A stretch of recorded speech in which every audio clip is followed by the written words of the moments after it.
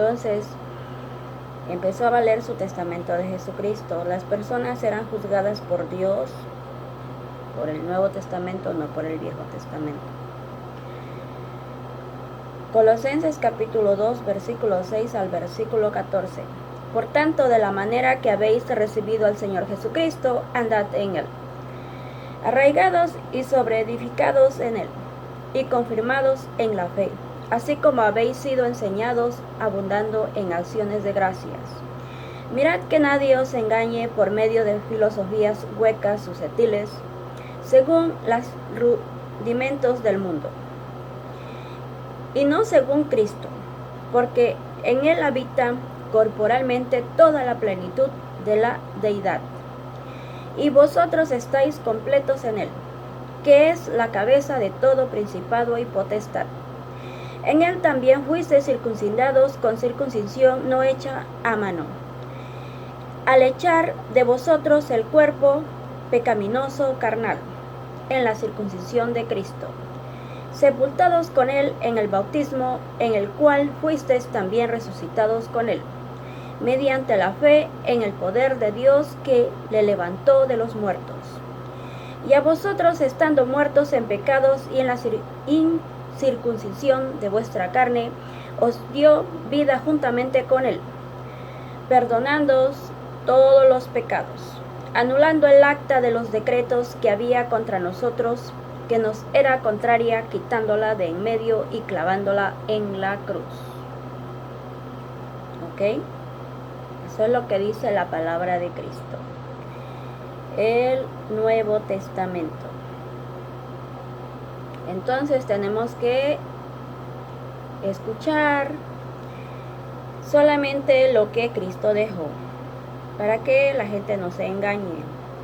No escuche lo del Viejo Testamento, porque la gente se va a engañar a sí misma con letra del Viejo Testamento. Dice, segunda de Juan, capítulo 1, versículo 9 al versículo 11.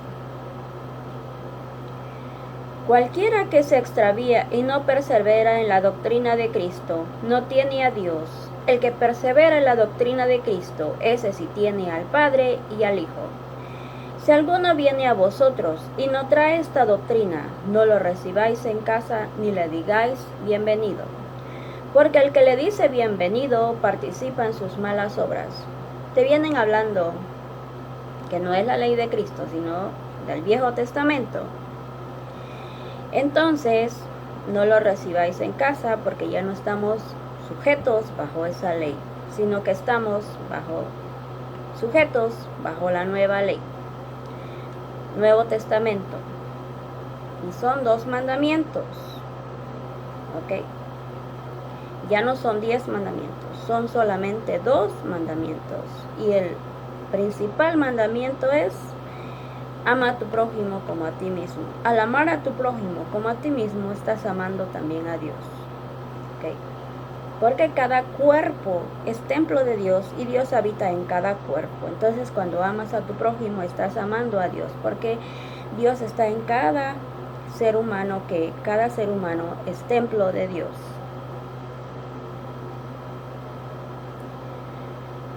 Ok, vamos a ver acá.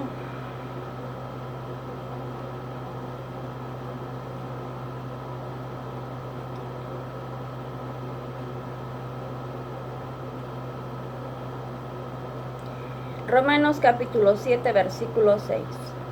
Pero ahora estamos libres de la ley, por haber muerto para aquella en la que estábamos sujetos. De modo que sirvamos bajo el régimen nuevo del Espíritu y no bajo el régimen viejo de la letra. Bajo el régimen viejo de la letra, que era el Viejo Testamento. Entonces dice, ¿qué diremos? Pues, la ley es pecado, en ninguna manera. Pero yo no conocí el pecado sino por la ley. Porque tampoco conociera la codicia si la ley no dijera no codiciarás. ¿Ok?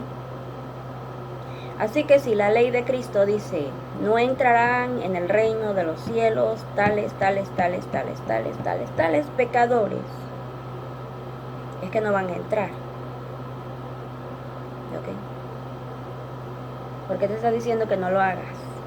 Y si lo haces, estás pecando contra Dios. En la casa de Dios, que es tu cuerpo, le estás cometiendo adulterio, pecando en su casa. ¿Ok? No sé, haciendo avaricia, haciendo codicia, siendo chismoso, siendo maldiciente, siendo avaro, siendo borracho, siendo hechicero, siendo fornicario, siendo adúltero que no tiene una sola mujer, un solo hombre toda su vida. Entonces, eso. A ver, ahora vamos a leer Hebreos.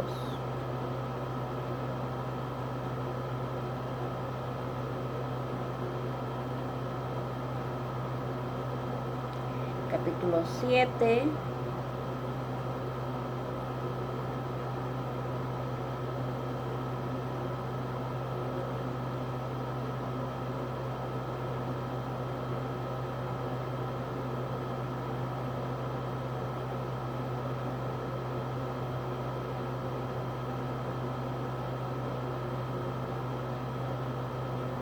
En el capítulo 7 dice que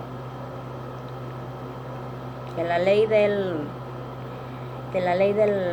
mandato de, ¿cómo se dice? El mandato de dar el diezmo. Era una ley. Vamos a leerlo.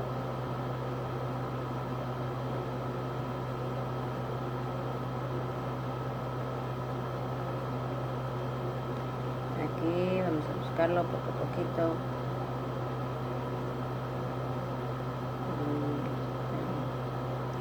Cuando se cambió el sacerdocio, que Jesucristo empezó a ser sacerdote para siempre, entonces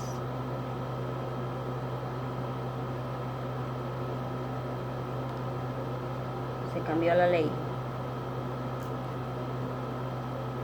Eso dice el versículo 12, porque cambiando el sacerdocio necesario es que haya también cambio de ley.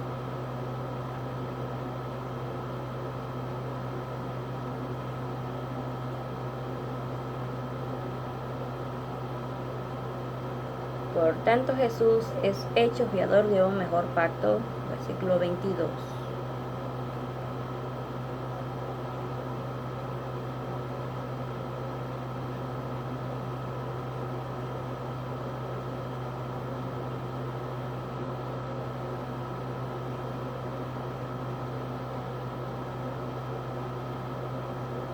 Hebreos.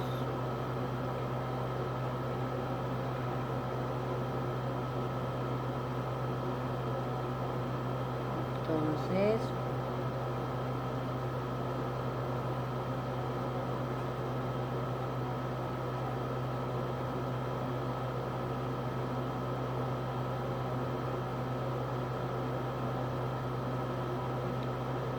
de este modo, Jesús es quien garantiza una alianza mejor que la primera.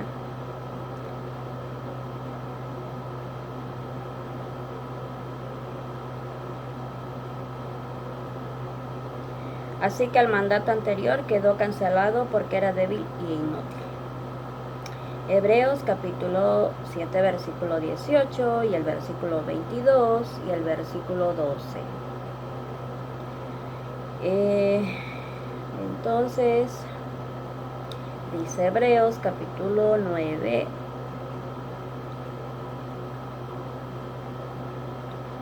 versículo, dice, versículo 15 de Hebreos, capítulo 9. Por eso Jesucristo es mediador de una nueva alianza, un nuevo testamento. ¿Ok? Nuevo testamento. Pues con su muerte libra a los hombres de los pecados cometidos bajo la primera alianza. Hace posible que los que Dios ha llamado reciban la herencia eterna que Él les ha prometido. Para que un testamento entre en vigor tiene que comprobarse primero la muerte de la persona que lo hizo. Pues un testamento no tiene valor mientras vive el que lo hizo. sino solo cuando ya ha muerto. Por eso la primera alianza también se estableció con derramamiento de sangre. Jesucristo tuvo que derramar sangre, tuvo que morir para que empezara a valer su testamento. ¿Okay? Y todo lo del Viejo Testamento, todos esos mandatos, todos esos decretos del Viejo Testamento fueron clavados en la cruz de Cristo. Y empezando una nueva alianza con Cristo, un nuevo testamento. Así es. Por eso es lo que dice aquí. Cuando Dios habla de una nueva alianza es porque ha declarado vieja la primera, y a lo que está viejo y anticuado poco le falta para desaparecer desde el tiempo en que Jesucristo vino. Hebreos capítulo 8, versículo 13. Entonces Jesucristo es el camino, la verdad y la vida. Nadie viene al Padre si no es por lo que Él dejó, por Él. El Nuevo Testamento. ¿Ok?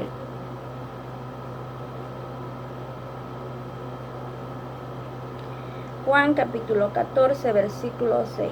Jesús le contestó: yo soy el camino, la verdad y la vida. Solamente por mí se puede llegar al Padre. Y dice el versículo 15: si ustedes me aman, obedecerán mis mandamientos. ¿Y cuáles son los mandamientos de Cristo? Si ustedes me aman, obedecerán mis mandamientos. ¿Y cuáles son sus mandamientos de Cristo? Dice Mateo capítulo 22, versículo 36 al versículo 39. Maestro, ¿cuál es el mandamiento más importante de la ley? Jesús le dijo: ama al Señor tu Dios con todo tu corazón, con toda tu alma y con toda tu mente. Este es el más importante y el primero de los mandamientos. Pero hay un segundo parecido a este, dice: ama a tu prójimo como a ti mismo. ¿Ok? Eso es lo que está diciendo.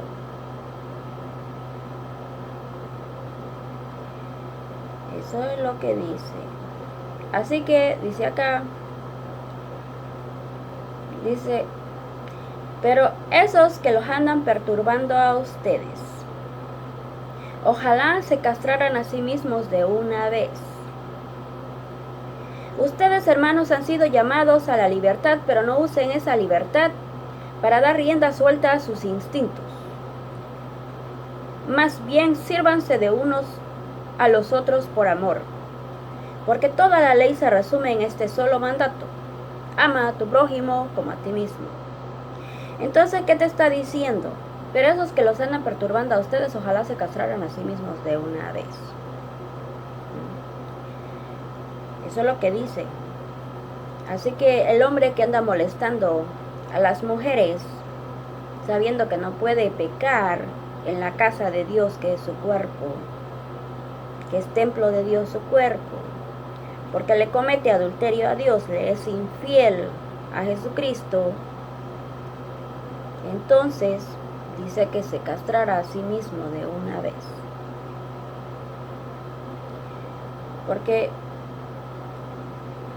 dice: